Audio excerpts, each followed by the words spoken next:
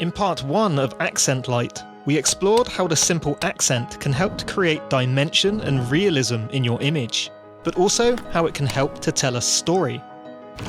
In today's episode, we'll look at how Accent Light can help with light motivation and bring attention to elements in your scene more obviously and more subtly. This is Lighting for Cinema, A to Z.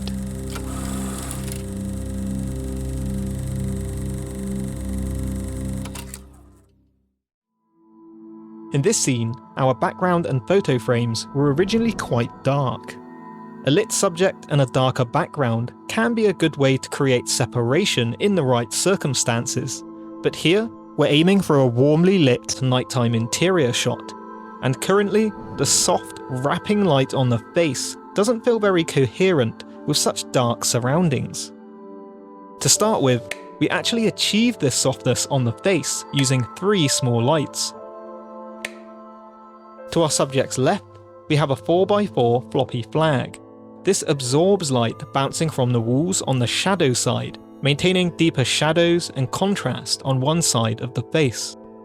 To our subject's right, we have our lights, bouncing from 3 pieces of bleached muslin material. These small fixtures are comprised of 2 Nanlite Forza 60Cs and 1 Forza 60B. This bounce light goes from smaller to larger, brighter to dimmer, and when combined, this provides the soft, graduated light on the face. To address the discrepancy between lighter subject and darker background, we first switched on a house lamp on the back wall.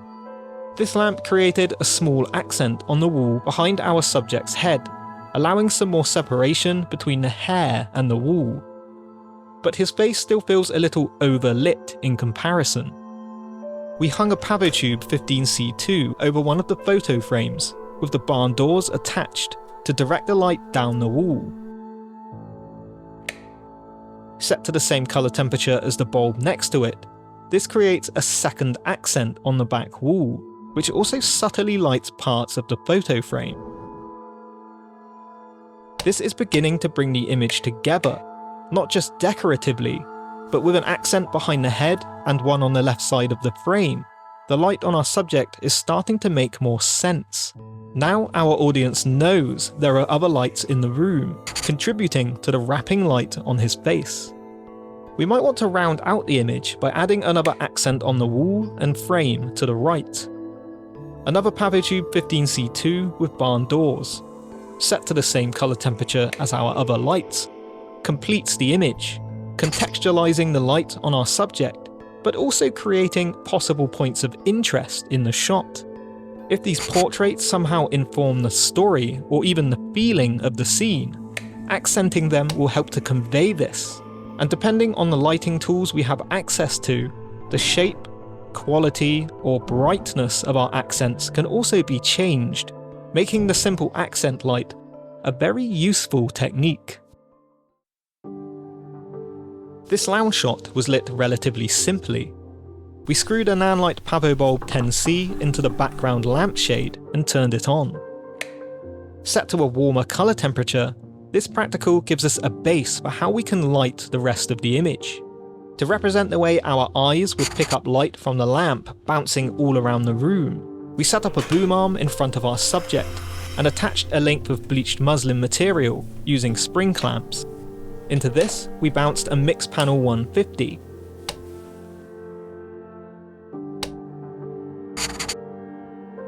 Lastly, we used a Forza 500B2, a bi-colour cob fixture with a good power output, shot into a 47-inch octabox, gridded to direct the soft light onto our subject. This motivates a more direct light from the lamp, giving us shape and exposure. So what are some things we could do with accent light in this situation? Well, the right side of frame feels a little dark, so maybe we could subtly bring some areas up without affecting too much of the mood we've already created.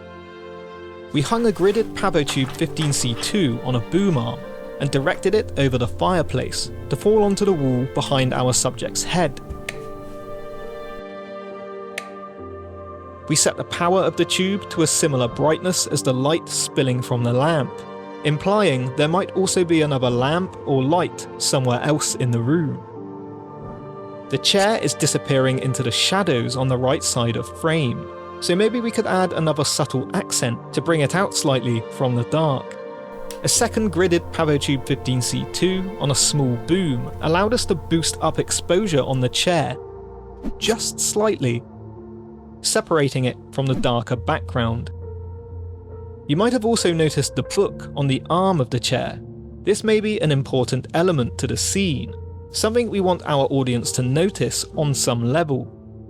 A light focusing tool, like Nanlite's PJ FZ60 projection mount, can take the light from compatible fixtures and direct it into a beam.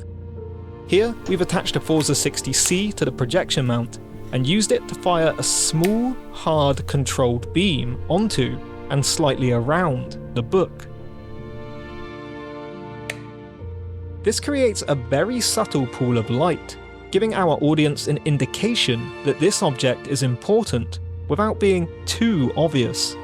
And whilst we wouldn't be expecting the book to be casting this hard shadow if the rest of the shadows in the scene are soft, it blends into the scene enough to not be too consciously noticeable, lending to the subtlety of this accent light. Switching all of our lights off except the accent lights, you can see how we picked out certain elements of the shot and highlighted subtly.